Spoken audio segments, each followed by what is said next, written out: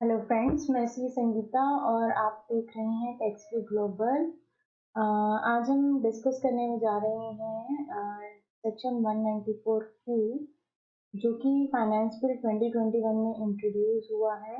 And as per finance bill जो इसकी applicability है वो 1 जुलाई 2021 से है।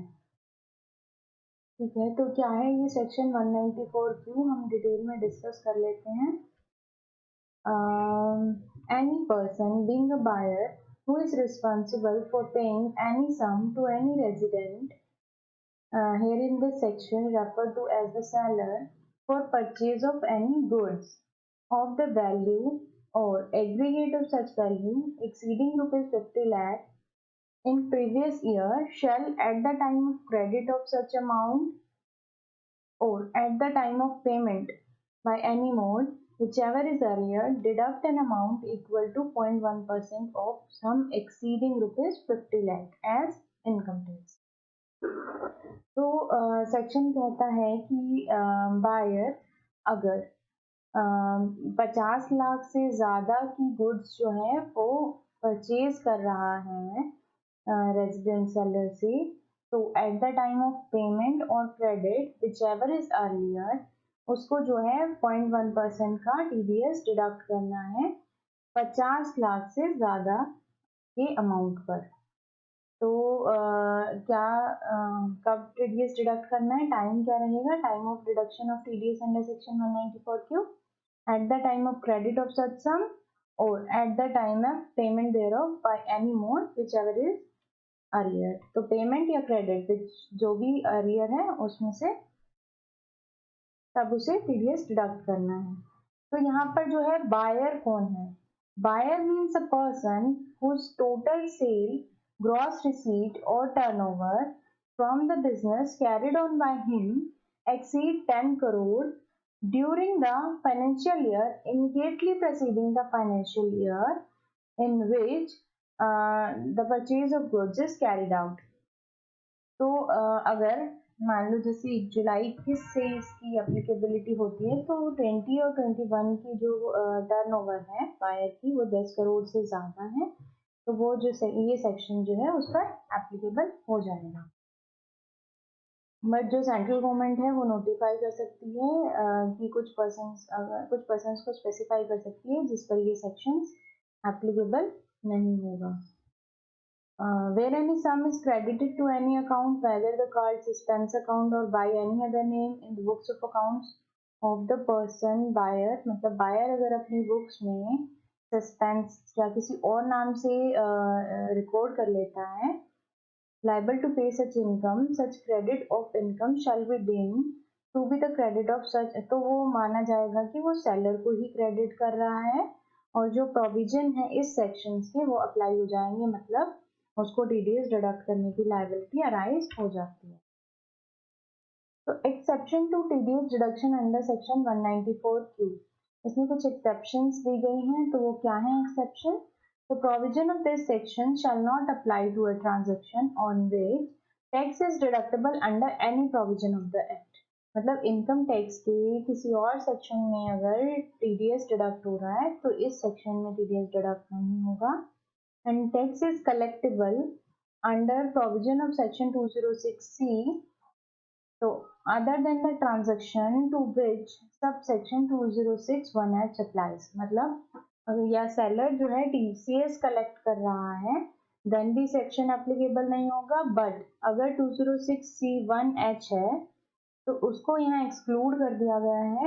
इट मीन्स प्राइमा फेशिया अगर हम देखें तो हमें ऐसा लगता है कि मतलब टीडीएस 194 क्यू के अंदर डिडक्ट करना है अनलेस एंड अनटिल किसी और सेक्शन में टीडीएस की लायबिलिटी नहीं आ रही है या टीसीएस की लायबिलिटी नहीं आ रही है, अदर देन मतलब 206 अगर अप्लाई हो रहा है तो अभी 194 क्यू एप्लीकेबल होगा। बट ऐसा अगर ऐसा रिप्रेजेंट नहीं होता, क्योंकि अगर हम जो सेक्शन 206C1H पर देखते हैं तो उसमें जो है एक एक्सेप्शन दी गई थी, provided further that the provision of this subsection shall not apply if the buyer is liable to deduct tax at source under any other provision of this act on goods purchased by him from the seller and has deducted such amount.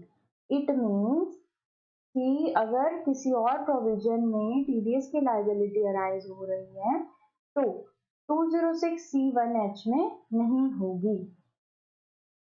It means कि अगर किसी पर जो है 194Q भी applicable हो रहा है और 206C1H भी एप्लीकेबल हो रहा है, देन जो है 194Q प्रिवेल करेगा. इन दैट सिनेरियो 194Q में बायर को उस पर टीडीएस डिडक्ट करना होगा. टीडीएस के रेट्स क्या रहेंगे 194Q में? 0.1% of some exceeding ₹50 lakh in any previous year, या फिर पैन नंबर नहीं है अगर सेलर का तो 5%.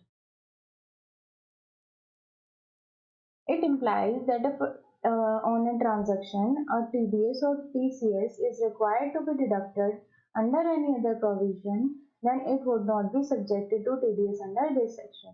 अगर किसी और सेक्शन में TDS या TCS लग रहा है तो इस सेक्शन के अंदर टीडीएस नहीं अराइज होता.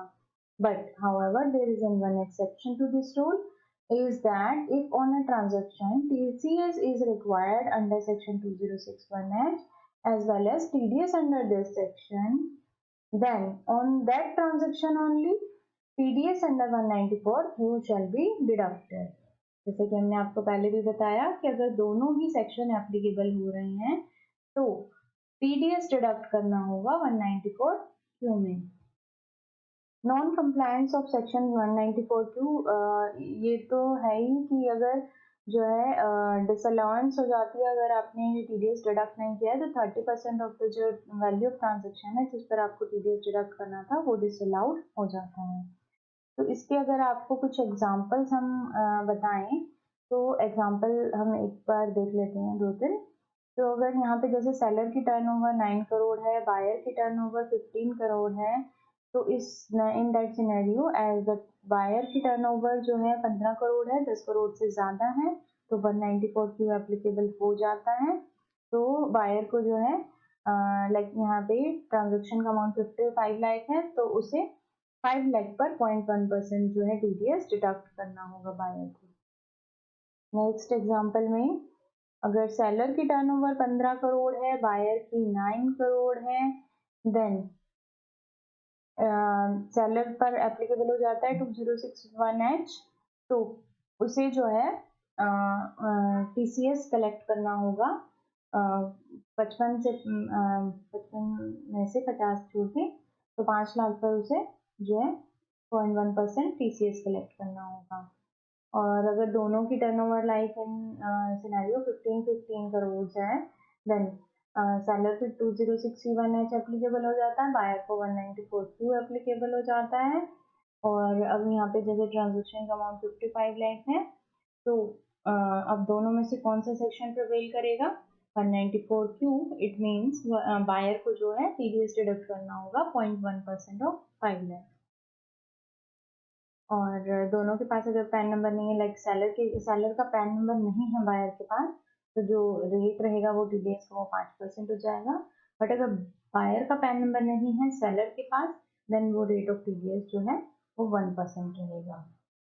तो फ्रेंड्स अगर इस सेक्शंस के रिगार्डिंग कुछ क्वेरी है तो आप हमें पोस्ट कर मतलब कमेंट करके पूछ सकते हैं.